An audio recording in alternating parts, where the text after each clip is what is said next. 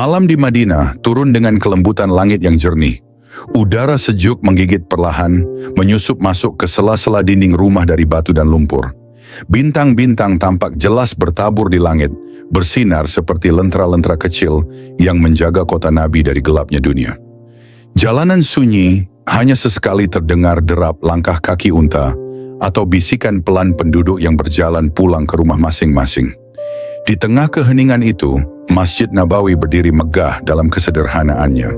Lentera-lentera minyak menyala di beberapa sudutnya, menerangi ruang salat yang hanya ditempati oleh segelintir orang yang sedang sujud dalam hening. Di sisi lain masjid, dua sosok berjalan perlahan. Keduanya menunduk dengan kain sorban yang menyelimuti kepala, dada yang hangat oleh keimanan, dan kaki yang tak lelah menapaki tanggung jawab yang amat besar. Abdurrahman, ujar satu dari mereka dengan suara dalam, penuh wibawa namun lembut. Malam ini banyak kafilah datang. Mereka turun di musyalah, bukan? Iya, Amirul Mukminin, jawab Abdurrahman bin Auf, sahabat lama, salah satu dari 10 yang dijamin surga. Kafilah dagang dari Yamamah tampaknya. Mereka membawa unta, gandum, dan kain dari Syam. Umar bin Khattab mengangguk pelan. Mari kita jaga mereka malam ini. Sendiri? Tanya Abdurrahman dengan alis sedikit terangkat. Mengapa tidak memerintahkan pengawal? Umar menoleh kepadanya dan tersenyum tipis. Aku bukan raja. Aku seorang hamba yang diamanahkan umat. Bagaimana mungkin aku tidur sedang mereka tamu di kota Rasulullah dan belum tentu mereka merasa aman? Tak ada lagi kata dari Abdurrahman.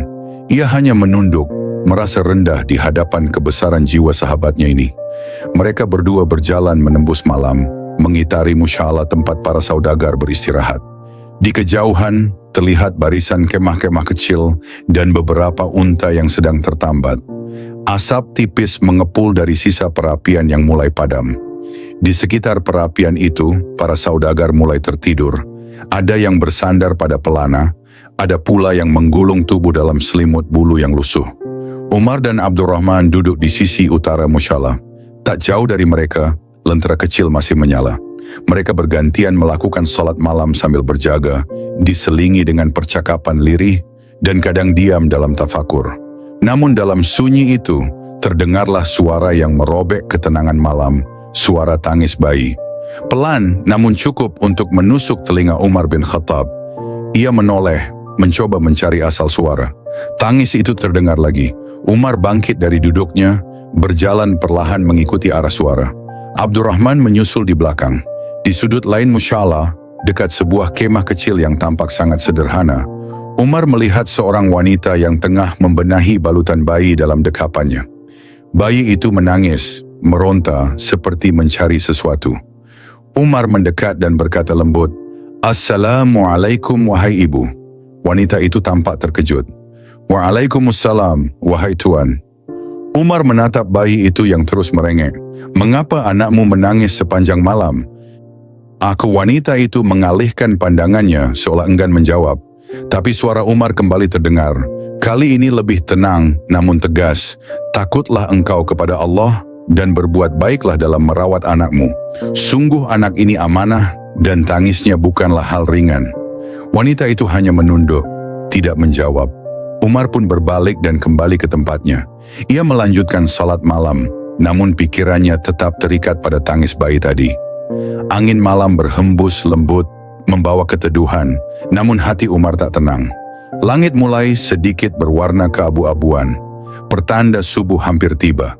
Lalu, tangis itu terdengar lagi, lebih nyaring, lebih sedih.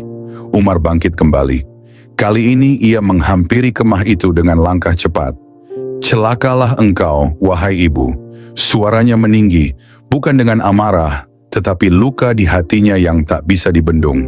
"Sesungguhnya engkau ibu yang buruk. Mengapa aku mendengar anakmu menangis sepanjang malam tanpa kau tenangkan?" Wanita itu menggigit bibirnya, matanya berkaca-kaca.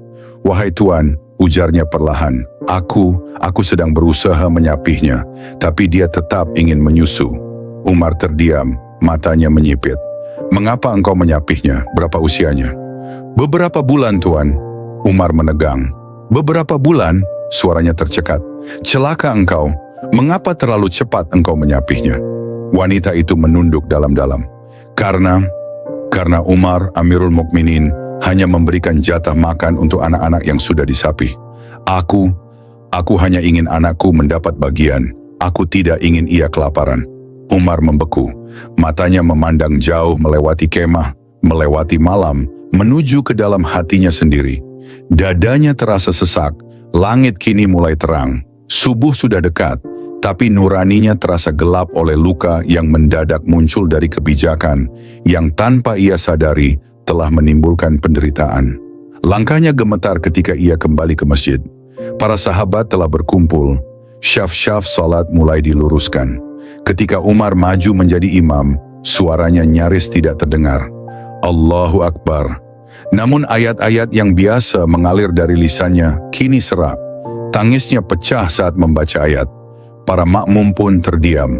Salat subuh hari itu diwarnai dengan isakan pemimpin yang hatinya remuk oleh tangis seorang bayi kecil. Dalam sujud terakhirnya, Umar bergumam dalam hati, "Celaka engkau, wahai Umar, berapa banyak anak-anak kaum muslimin yang telah engkau bunuh tanpa engkau sadari." Pagi mulai menyingsing di Madinah. Warna langit berubah dari kelam kebiruan menjadi jingga keemasan. Tapi di hati seorang lelaki, pemimpin yang mengemban tanggung jawab umat, tak ada secercah cahaya. Umar bin Khattab berjalan pelan meninggalkan masjid setelah salat subuh, wajahnya tertunduk dalam. Tangisan bayi itu masih terngiang di telinganya. Tidak seperti tangis biasa, itu adalah jeritan lapar yang menyayat jiwa. Suara itu kini berubah menjadi gema di dalam dirinya, menghujam dadanya seperti tombak tak kasat mata. Di belakangnya, Abdurrahman bin Auf menyusul dengan langkah cepat. "Umar," panggilnya perlahan, "kau belum makan sedikit pun sejak tadi malam." Umar menoleh, tatapan matanya berat. "Apakah kau mendengar tangisan itu, Abdurrahman?" "Aku mendengarnya," jawab Abdurrahman. "Tapi bukankah itu hanya bayi yang..." "Tidak," potong Umar. "Itu bukan tangisan biasa, itu ratapan anak kecil yang lapar. Karena aku." Abdurrahman terdiam. Ia belum mengerti sepenuhnya apa yang dimaksud Umar. Seketika Umar berhenti. Ia menoleh ke Abdurrahman dengan mata merah basah. "Ikut aku." Keduanya berjalan menuju kemah itu. Bayi itu kini tertidur kelelahan dalam pelukan ibunya. Wajah kecilnya pucat, napasnya berat seperti baru saja melewati perjuangan yang besar. Umar berdiri di depan kemah itu, diam sejenak, lalu memanggil pelan, "Wahai ibu, bolehkah aku bicara denganmu lagi?" Wanita itu keluar dari kemah. Ia tampak lelah, mata sembab, namun ia tetap sopan di hadapan Umar dan Abdurrahman. Umar menatapnya dengan dalam. "Katakan padaku, kenapa kau menyapih anakmu secepat ini?" Wanita itu menunduk, suaranya serak, nyaris berbisik. Karena Amirul Mukminin hanya memberikan jatah makanan bagi anak yang telah disapi. Aku hanya ingin anakku mendapat bagian itu, agar bisa bertahan hidup." Suasana hening. Angin pagi mengibaskan ujung jubah Umar. Tangis bayi kembali terdengar, pelan tapi memilukan, seperti memohon agar suara kecilnya tidak diabaikan dunia. Umar menoleh ke arah suara itu. Bayi kecil itu kembali terbangun. Tubuhnya mengejang mencari payudara ibunya. Namun sang ibu mencoba menenangkannya dengan menyelimutinya rapat-rapat. Abdurrahman mendekat, berjongkok di dekat wanita itu. "Ibu," ucapnya lembut, "adakah kau tidak punya cukup makanan untukmu sendiri?" "Sedikit," jawabnya, "tapi tidak cukup untuk mengenyangkan kami berdua. Maka aku pikir jika dia masuk dalam daftar jatah makanan, mungkin aku bisa tetap menyusuinya." Umar menghela napas berat. Ia menatap ke cakrawala sejenak, seolah mencari jawaban di antara garis langit dan bumi. Lalu ia berkata dengan suara dalam dan gemetar, "Sesungguhnya engkau bukan ibu yang buruk. Engkaulah ibu yang terpaksa, yang dipaksa oleh kebijakan yang tak sepenuhnya memahami jerit bayi dan lapar perut rakyat." Wanita itu mulai menangis. Tangannya gemetar mengusap kepala anaknya. "Dengar baik-baik," kata Umar. "Mulai hari ini, tidak akan ada lagi anak yang disia-siakan hanya karena belum disapi. Aku akan memperbaiki ini. Demi Allah, aku akan memperbaiki ini." Abdurrahman menunduk. Air matanya jatuh tanpa ia sadari. "Abdurrahman," panggil Umar. "Segera panggil penulis kebijakan. Aku ingin hari ini juga diumumkan Setiap anak yang lahir dari umat Islam, bahkan yang baru saja melihat dunia, akan mendapat jatah makanan. Tidak perlu menunggu di sapi. Ini perintah Amirul Mukminin. Demi Allah, akan aku sebar ke seluruh negeri, jawab Abdurrahman. Umar berbalik kepada wanita itu. Ia mengeluarkan kantong kecil dari dalam bajunya dan meletakkannya di tangan ibu itu. Ini untukmu, belilah makanan, susuilah anakmu. Biarkan ia tumbuh dengan senyum, bukan tangis. Wanita itu menatapnya dengan mata penuh air. Semoga Allah membalasmu dengan kebaikan, wahai Umar. Aku mengira kau akan marah dan menghukumku. Umar tersenyum, tapi senyum itu getir, diselimuti luka. Aku marah, tapi bukan padamu. Aku marah pada diriku sendiri. Tangisan bayi mereda. Ia tertidur dalam pelukan ibunya. Suasana perlahan kembali tenang. Tapi di dada Umar, badai belum berhenti. Langkah-langkah kaki Umar bin Khattab menggema pelan di lorong Masjid Nabawi. Fajar belum sempurna naik. Orang-orang masih tertidur, kecuali para pemeluk malam, yang mengadu dalam sujud atau merenung dalam hening. Umar berjalan sendirian. Di tangannya, sebuah tongkat sederhana menemaninya seperti biasa. Tapi malam itu, tongkat itu terasa berat, bukan karena kayunya, melainkan karena beban dalam hatinya. Ia duduk di sudut masjid, wajahnya terbenam di antara kedua tangan, napasnya berat, matanya memandang jauh pada lantai tanah yang dingin, seolah berharap bumi bisa menyerap kegundahannya. Wahai Umar, engkau telah membunuh anak-anak kaum muslimin. Bisikan itu terucap dari bibirnya sendiri. Kalimat itu tak sekeras teriakan, tapi lebih nyaring dari dentuman guntur di hatinya. Ia mengulangnya lagi. Wahai Umar, berapa banyak bayi yang terpaksa disapih lebih awal karena kebijakanmu? Air mata jatuh, tak ditahannya. Ini bukan pertama kalinya Umar menangis, tapi kali ini berbeda. Ini adalah tangisan dari kedalaman jiwa seorang pemimpin yang baru menyadari bahwa tinta kebijakan yang ia tulis bisa menjadi pisau yang memotong kehidupan tanpa ia sadari. Ia memejamkan mata. Engkau duduk di tempat tinggi, tapi lupa menundukkan telinga ke jerit bayi dalam gelap. Engkau memberi dengan niat baik, tapi tak mendengar ibu yang diam-diam mengaduk air untuk menenangkan bayinya yang lapar. Dalam hatinya ia berbicara seolah kepada Allah, "Ya Allah, aku telah lalai. Aku menyangka telah berlaku adil. Aku menyangka telah mencukupi mereka yang butuh. Tapi aku lupa bahwa yang belum mampu berkata pun berhak untuk hidup dan kenyang." Bayangan wajah sang ibu yang tadi menahan air mata di hadapan Umar masih terpaku di benaknya. Dan suara tangis bayi itu seolah belum mau pergi dari telinga dan jiwanya. Ia teringat malam-malamnya saat ia sering berjalan sendiri mengelilingi Madinah, menyamar dan menyaksikan rakyatnya dari dekat. Tapi malam ini berbeda. Ternyata tak cukup hanya berjalan dan melihat Umar. Kau harus juga merasakan. Umar berdiri. Ia berjalan menuju sudut masjid, lalu berdiri mengimami salat 2 rakaat. Bacaan surahnya lirih, suaranya bergetar. Apakah engkau telah menyampaikan amanah, Umar? Apakah engkau telah menjadi pengganti Rasulullah yang adil? Tangannya gemetar. Ia menyeka air mata dan menyelesaikan salatnya. Begitu selesai, ia bersimpuh dan berseru lirih. Ya Allah, jangan hukum aku atas kelalaianku. Aku tak tahu, tapi aku juga tak mencari tahu.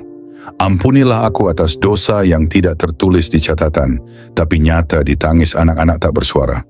Abdurrahman bin Auf yang masuk ke masjid melihat Umar tengah menangis sendiri. Ia menghampiri, duduk di sampingnya. Umar, engkau telah memperbaiki kebijakan itu. Semua sudah selesai. Umar menoleh. Tidak, Abdurrahman. Luka di dada ibu itu belum selesai. Luka di hati bayi itu belum sembuh. Aku ingin memastikan ini tak terjadi lagi. Engkau akan mengirim surat ke seluruh wilayah, bukan? Tanya Abdurrahman. Umar mengangguk. Bukan hanya surat, aku ingin setiap pemimpin di pelosok negeri tahu bahwa hidup rakyat adalah tanggung jawab kita. Bahkan sejak mereka belum bisa bicara. Umar bangkit. Diperintahkannya segera untuk menyiapkan pengumuman resmi. Ia menyampaikan kepada para penulis, kepada para petugas daerah, dan kepada para khatib masjid. Mulai hari ini, setiap bayi yang lahir dari umat Muhammad akan mendapat jatah makanan. Jangan tunda. Jangan tunggu ia disapi. Setiap tangisnya adalah amanah. Setiap perutnya adalah tanggung jawab. Maka pengumuman itu menyebar. Dari Madinah ke Syam, dari Irak ke Mesir, dari Hijaz ke Yaman. Dan malam itu, untuk pertama kalinya dalam hidupnya, Umar merasa telah terlambat dalam satu hal penting, mendengarkan tangis seorang bayi. Di sebuah dusun kecil di luar Madinah, tak jauh dari batas gurun yang kering dan gersang, seorang wanita muda tengah mengayun pelan sebuah buayan dari anyaman daun kurma. Bayi dalam buayan itu kini tidur pulas, perutnya kenyang, wajahnya tenang. Suaminya pulang dari pasar sambil membawa sekantong kecil gandum dan kurma. "Dari mana kau dapat semua ini?" tanya istrinya. "Salah satu petugas Umar datang membawa bagian makanan untuk anak-anak yang baru lahir," jawabnya sambil duduk.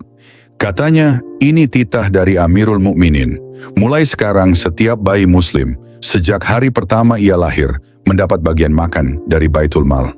Wanita itu tak bisa menahan air mata haru. Ia teringat malam-malam yang dilalui sambil menangis diam-diam, meminum air untuk menahan lapar agar airnya tetap cukup. Ia teringat bagaimana ia mengurangi jatah makannya demi anaknya. Dan kini, anak itu bisa kenyang, bukan karena ia meminta-minta, tapi karena pemimpinnya mendengar jeritan dalam diam. Di Kufah, seorang lelaki tua tengah duduk di beranda rumahnya. Ia sedang menggendong cucu laki-lakinya yang baru berusia 2 bulan. Seorang kurir menuruni jalan sempit dengan menunggang unta, membawa sebuah surat resmi. Surat itu dibacakan dari Umar bin Khattab, Amirul Mukminin, kepada para pemimpin dan amil zakat. "Sampaikan kepada umat Muhammad bahwa tidak ada lagi anak yang lahir kecuali ia dijamin haknya oleh Islam. Jangan biarkan seorang ibu menyusui dengan perut lapar, dan jangan biarkan seorang bayi menangis karena negara abai." Lelaki tua itu menengadah ke langit. "Semoga Allah merahmati Umar," ucapnya lirih.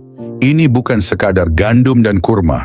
Ini adalah keadilan yang hidup di bawah baju sederhana dan sorban usang." Di Syam, Abu Salamah, seorang amil zakat di Damaskus, membawa daftar nama bayi-bayi yang baru lahir selama sebulan terakhir. Ia mengetuk pintu satu persatu, membagikan bagian yang sudah ditentukan.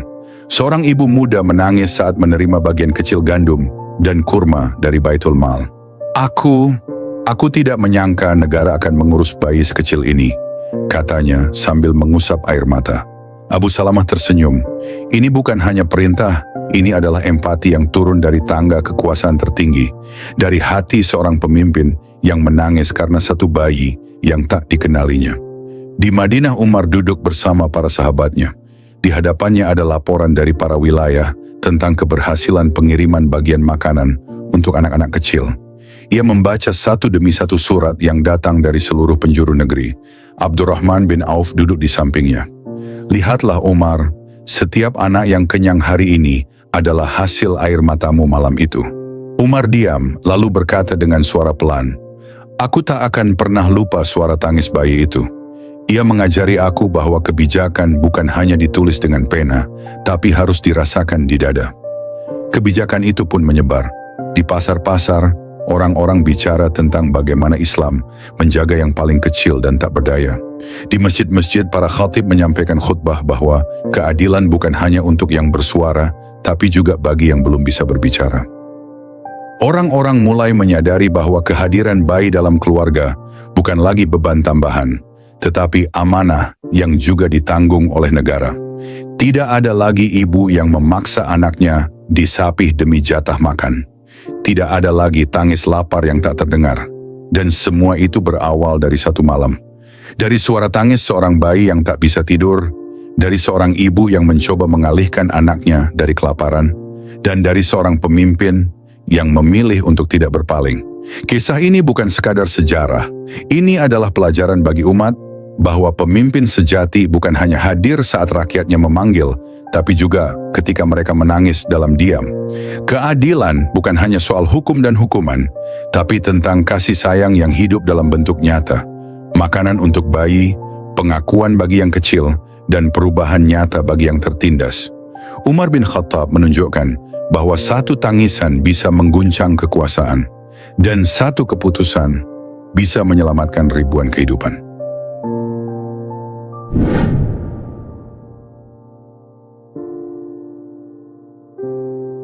Langit malam itu gelap pekat di atas tanah Syirar. Hanya cahaya bintang yang bertaburan bagai lentera kecil menggantung di langit, memantul samar di pasir yang dingin. Udara malam Madinah yang biasanya hangat kini terasa menggigit, menyusup ke sela-sela jubah dan menggetarkan tubuh. Jalanan menuju perkampungan kecil itu sunyi. Hanya suara langkah dua orang lelaki menyusuri malam yang terdengar di antara dizir angin gurun. Umar bin Khattab, Amirul Mukminin, berjalan dengan langkah pasti di samping pelayannya, Aslam. Di tangannya tergenggam tongkat kayu, lebih sebagai pengingat amanah, bukan senjata. Ia menatap jauh ke depan, menembus kegelapan malam yang hanya diterangi cahaya rembulan yang menggantung sendu di langit. Aslam, ujar Umar pelan, suaranya berat namun penuh kebijaksanaan. Malam ini kita tidak bisa tidur seperti biasa. Aslam menoleh, menatap wajah pemimpinnya yang tertimpa cahaya rembulan, menampakkan gurat wajah lelah yang tak pernah mengeluh. "Apa yang ada di pikiranmu, wahai Amirul Mukminin?" tanya Aslam. Umar menghela napas. "Ada beban yang lebih berat dari dunia dan isinya, Aslam. Beban yang membuat seseorang tak tenang di tempat tidur. Aku takut di antara rakyatku malam ini ada yang kelaparan, ada yang menangis karena tak sanggup membeli sepotong roti. Dan aku tidak ingin tidur sebelum memastikan mereka tidur dalam keadaan aman dan kenyang." Aslam terdiam. Ia tahu Umar bukan sekadar berkata, ia bertindak. Inilah sebab rakyat mencintainya dan musuhnya pun menaruh hormat kepadanya. Ia tak ingin menjadi pemimpin yang memerintah dari kejauhan. Ia ingin melihat, menyentuh dan merasakan langsung denyut nadi umatnya. Keduanya melanjutkan perjalanan menyusuri padang pasir menuju Syirar, sebuah dusun kecil di pinggiran Madinah.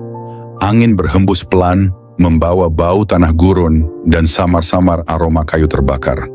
Mereka saling diam, tenggelam dalam doa dan perenungan di bawah langit malam yang menyelimuti gurun.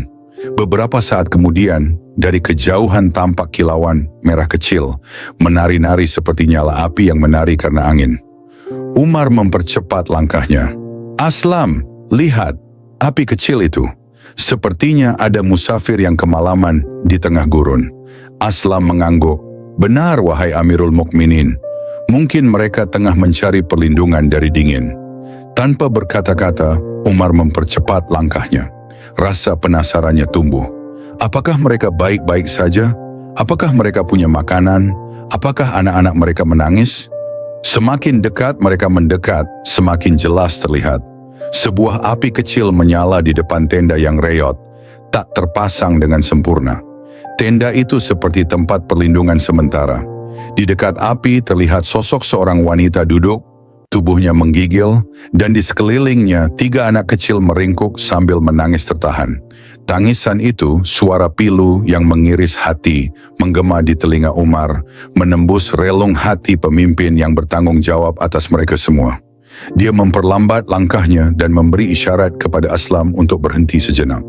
"Assalamualaikum, wahai pemilik api," sapa Umar dengan suara tenang. Wanita itu menoleh pelan, wajahnya letih, matanya sembab, tangannya terus mengaduk periuk yang diletakkan di atas api. "Waalaikumsalam," jawabnya pelan. "Bolehkah kami mendekat?" tanya Umar lagi. "Silakan," jawab sang wanita, tak sedikit pun curiga. Umar mendekat lalu duduk di atas tanah beberapa meter dari api. Aslam menyusul dan berdiri di belakangnya. "Ada apa gerangan dengan kalian malam ini?" tanya Umar. Wanita itu mengangkat wajahnya, memperlihatkan mata yang merah, namun penuh keberanian. "Kami kemalaman dalam perjalanan dan kedinginan." Umar mengangguk pelan. "Mengapa anak-anak itu menangis?" tanyanya, meski jawabannya sudah hampir pasti. "Mereka lapar," jawab wanita itu dengan jujur. "Aku tak punya apapun untuk diberikan kepada mereka, kecuali air ini." Umar menatap periuk yang sedang mendidih. "Apa yang kau masak?" tanyanya, penuh perhatian. Wanita itu menunduk, seolah malu. "Hanya air, wahai tuan. Kupanaskan agar anak-anakku mengira aku sedang memasak sesuatu, supaya mereka tertidur dengan harapan bahwa makanan itu akan siap sebentar lagi." Umar duduk bersila, menunduk menatap nyala api, sementara tangisan anak-anak belum juga reda. Perut-perut kecil itu keroncongan, memohon diisi, Tapi tak ada yang bisa diberikan ibunya kecuali janji palsu bahwa makanan akan matang sebentar lagi. Air? Umar bertanya lagi. Pelan. Kau hanya merebus air? Sang ibu mengangguk. Aku tak punya gandum, tak punya sebutir pun biji kurma, tidak ada yang bisa kumasak. Umar menatap mata sang ibu. Perempuan itu bukan seorang peminta-minta. Ada harga diri dalam sorot matanya, yang sekarang terkikis oleh ketidakberdayaan dan tangis anak-anaknya. Mereka terus menangis karena kelaparan, bisik sang ibu, dan aku hanya bisa menipu mereka dengan air mendidih. Ia menunjuk ke periuk itu.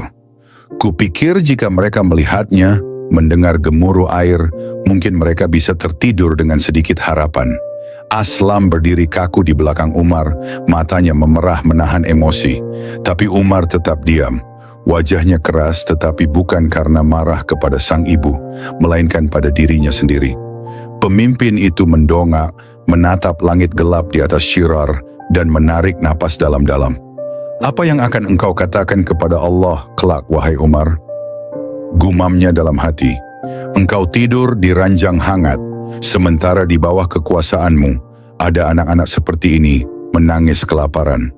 Sang ibu melanjutkan dengan suara bergetar. Kami musafir, kami orang kecil, kami tidak berharap banyak. Tapi apakah Umar tahu tentang kami? Apakah dia benar-benar peduli? Umar menatapnya dalam-dalam.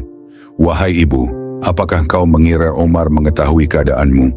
Aku tidak tahu, jawab sang ibu. Tapi dia adalah pemimpin kami, bukan? Jika dia tidak tahu, itu karena dia tidak mencari tahu.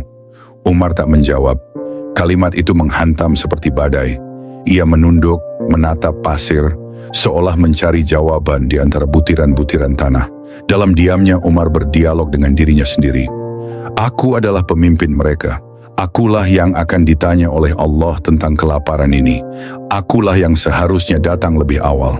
Akulah yang akan dimintai pertanggungjawaban atas tangisan anak-anak ini dan jeritan hati ibu mereka. Tangisan anak-anak semakin lemah. Bukan karena kenyang, tapi karena kelelahan dan kekosongan. Umar bangkit tiba-tiba. Aslam, katanya pelan tapi tegas. Ayo, kita kembali ke Madinah. Aslam mengangguk. Baik, Amirul Mukminin. Keduanya bergegas, menyusuri kembali jalan malam. Kali ini bukan untuk mencari, tetapi untuk membawa solusi.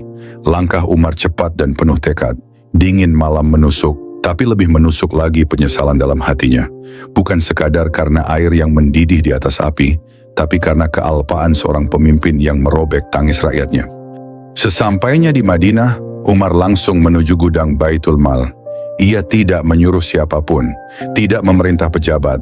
Ia sendiri yang membuka pintu gudang besar itu. Aslam memandangi pemimpinnya dalam diam. Umar segera mengambil sekarung gandum, lalu ia ambil seember daging kering yang telah disimpan. Ia mendekat pada Aslam dan menyerahkan tali karung. Aslam, naikkan karung ini ke pundakku. Aslam menahan tangan pemimpinnya. Biar aku saja yang membawanya, Amirul Mukminin. Bukankah aku pelayanmu? Namun Umar menatapnya dengan sorot mata yang membuat tubuh Aslam seketika lemas. Apakah engkau mau memikul dosaku pada hari kiamat, wahai Aslam? Tanya Umar dengan suara berat. Engkau boleh membantuku membawa beban ini, tapi beban yang akan kuhisab di hadapan Allah, itu milikku, milik Umar. Dan aku tidak ingin menyerahkannya pada siapapun. Aslam menunduk. Tidak ada yang bisa dikatakan untuk membantah perkataan itu. Dengan perlahan Umar memanggul sendiri karung gandum dan ember daging itu di pundaknya. Ia melangkah lagi menembus malam, kini dengan beban di punggung dan beban lebih berat di hatinya. Dan malam itu, jalanan Madinah kembali menjadi saksi seorang pemimpin yang tidak sekadar duduk di singgasana, tetapi menyusuri malam demi air mata rakyatnya. Sesampainya di perkemahan wanita tadi, api kecil masih menyala dan anak-anak mulai tertidur, meski sesekali merengek dalam mimpi. Umar meletakkan karung perlahan. Ia membuka tali pengikat, lalu mengeluarkan gandum. Ia tuangkan dalam periuk yang tadi hanya berisi air. Lalu ia letakkan daging ke dalamnya. Dengan tangannya sendiri ia aduk bahan-bahan itu. Ia menunduk ke nyala api, meniup perlahan, dan wajahnya menghitam karena asap. Jenggotnya mulai menguning di beberapa sisi karena terbakar hangatnya api. Aslam ingin membantu, tapi Umar memberi isyarat untuk tidak. Ini adalah tanggung jawabnya dan dia akan menyelesaikannya sendiri. Periuk di atas api kini mengeluarkan aroma harum. Asap tipis naik ke udara malam, bercampur dengan bayang-bayang lembut api yang menari di wajah Umar bin Khattab. Wajahnya masih gelap terkena jelaga, jenggotnya masih membawa bekas panas, dan matanya menatap dalam-dalam ke dalam periuk, seolah mencari sesuatu yang lebih dari sekadar makanan, kelegaan mungkin, atau penebusan. Anak-anak yang tadi menangis kini duduk mendekat, mata mereka berbinar, menatap makanan yang baru pertama kali mereka lihat sejak entah kapan. Sang ibu yang sebelumnya keras dan tegar, kini mulai bergetar hatinya. Ia memandang laki-laki tua itu yang mengaduk makanan untuk anak-anaknya, tanpa bertanya nama, tanpa mengeluh sedikit pun, tanpa merasa lebih tinggi. "Wahai Tuan," kata sang ibu perlahan, "siapa engkau sebenarnya?" Umar tidak menjawab saat itu. Ia hanya tersenyum kecil, lalu berkata, "Bawakan piringmu."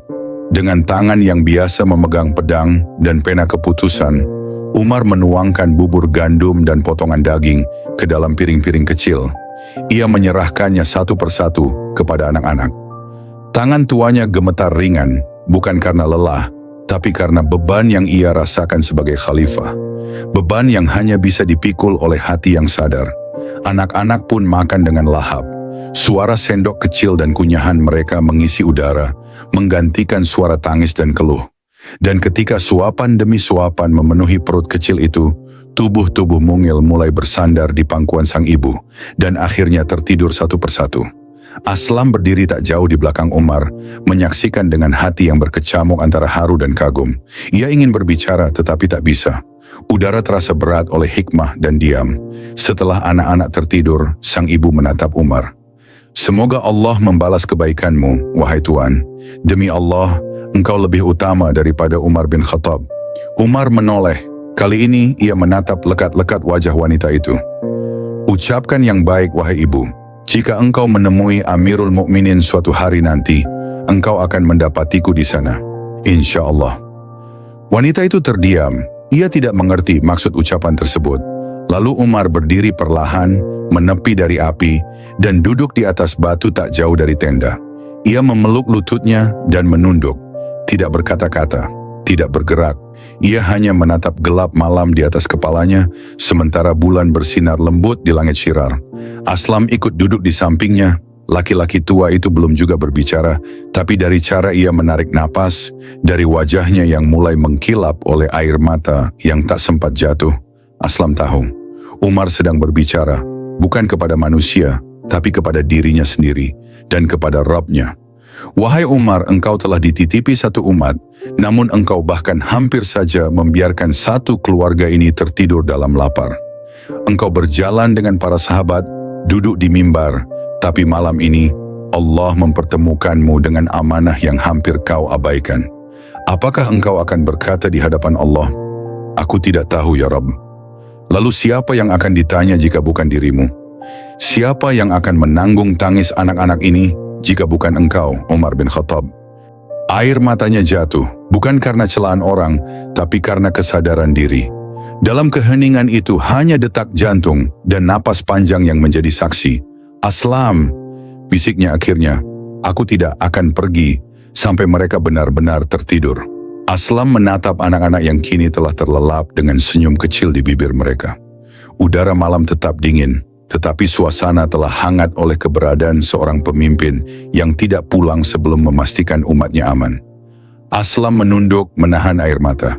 Ia tahu, malam itu bukan malam biasa. Malam itu adalah malam di mana seorang Amirul Mukminin menemukan kembali makna kepemimpinan di sebuah dusun kecil bersama seorang ibu yang tak dikenal dan anak-anak yang lapar. Umar duduk di sana sampai cahaya fajar mulai menyibak tirai malam.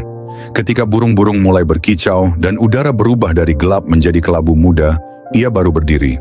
Ia memandang ke arah tenda terakhir kali, lalu berkata lirih kepada Aslam, "Sekarang aku siap kembali."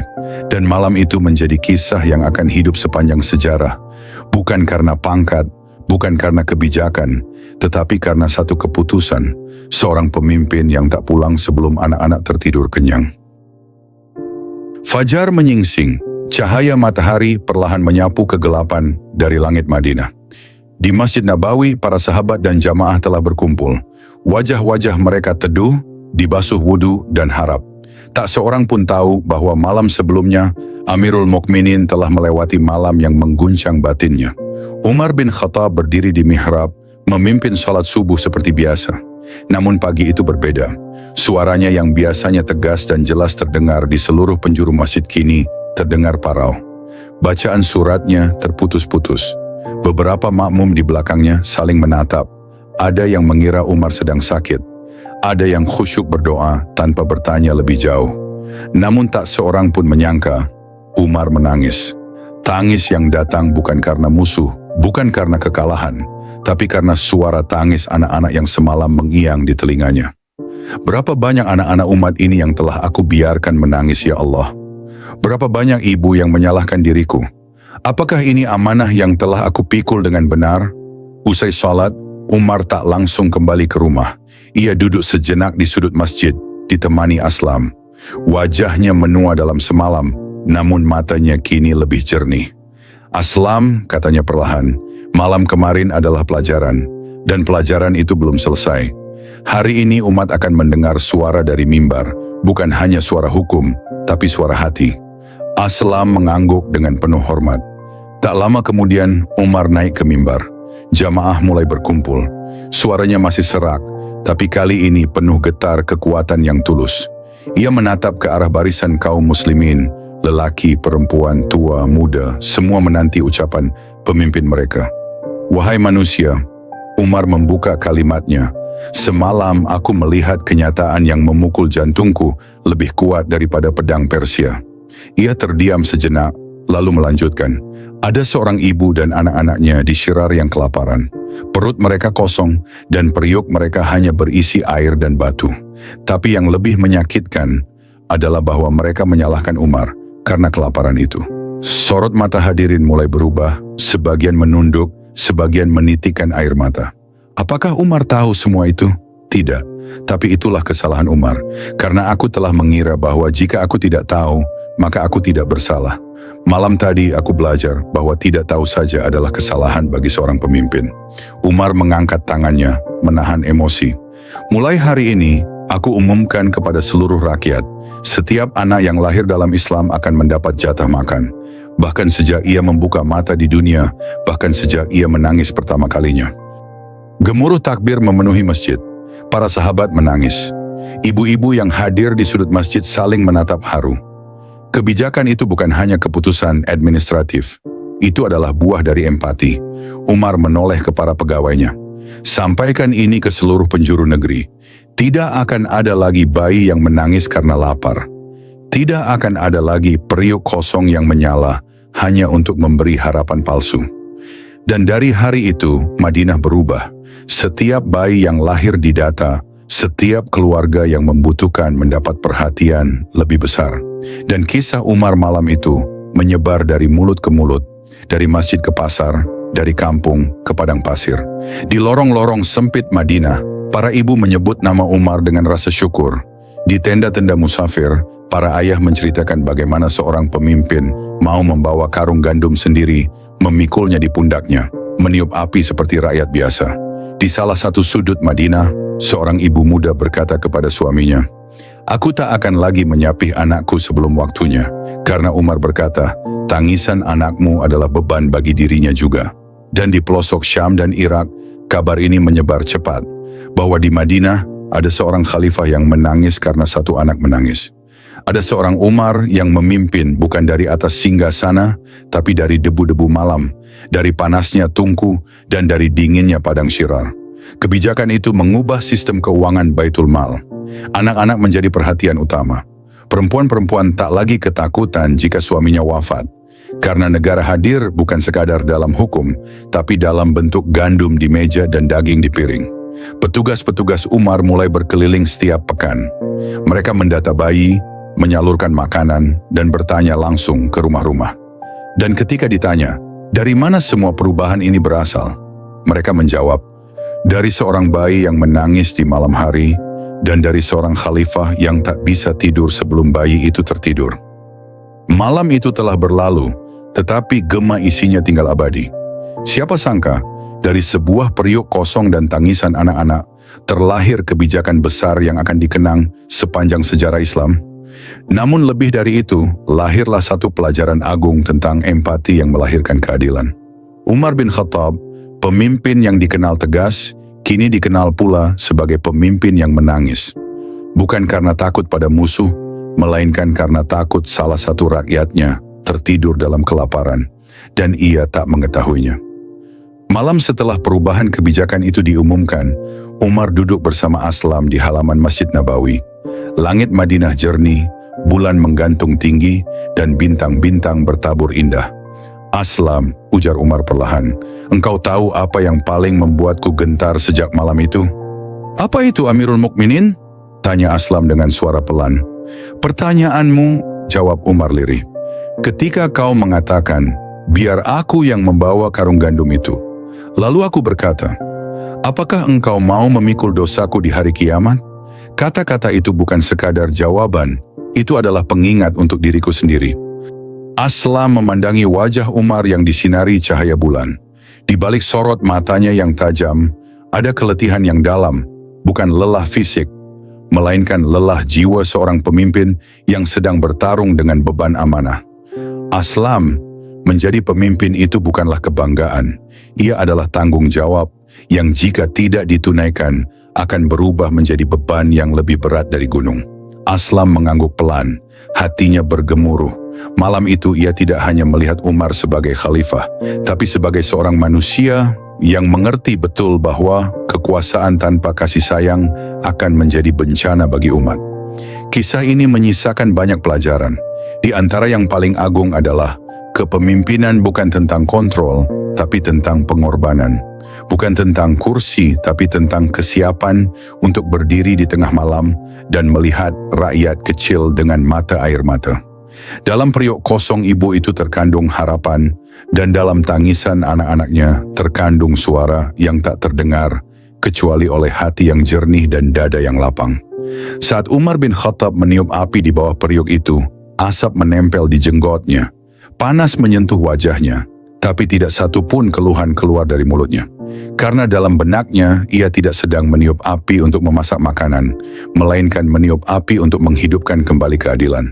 Dari kisah ini, umat Islam dari segala zaman bisa mengambil banyak pelajaran yang mendalam. Pertama, kepemimpinan harus dilandasi empati. Seorang pemimpin bukan hanya bekerja dari balik meja. Umar turun langsung ke dusun, mendengar sendiri tangisan rakyatnya. Ia hadir, ia merasakan, ia bertindak. Pemimpin sejati tidak buta terhadap penderitaan orang kecil. Kedua, kebijakan yang baik berasal dari pengalaman langsung. Seringkali, keputusan-keputusan besar lahir bukan dari ruang rapat, tetapi dari pengalaman batin. Seperti saat Umar melihat ibu dan anak-anak yang kelaparan. Itulah titik balik yang mengubah sistem distribusi bantuan negara. Ketiga, kesediaan meminta maaf dan mengubah diri. Umar tidak malu menangis, ia tidak segan mengaku salah. Dan lebih dari itu, ia langsung mengubah kebijakan agar tidak ada lagi yang menderita karena keputusan yang tak disadarinya. Keempat, tanggung jawab yang tak terlihat. Ketika Umar berkata, "Apakah engkau mau memikul dosaku di hari kiamat?"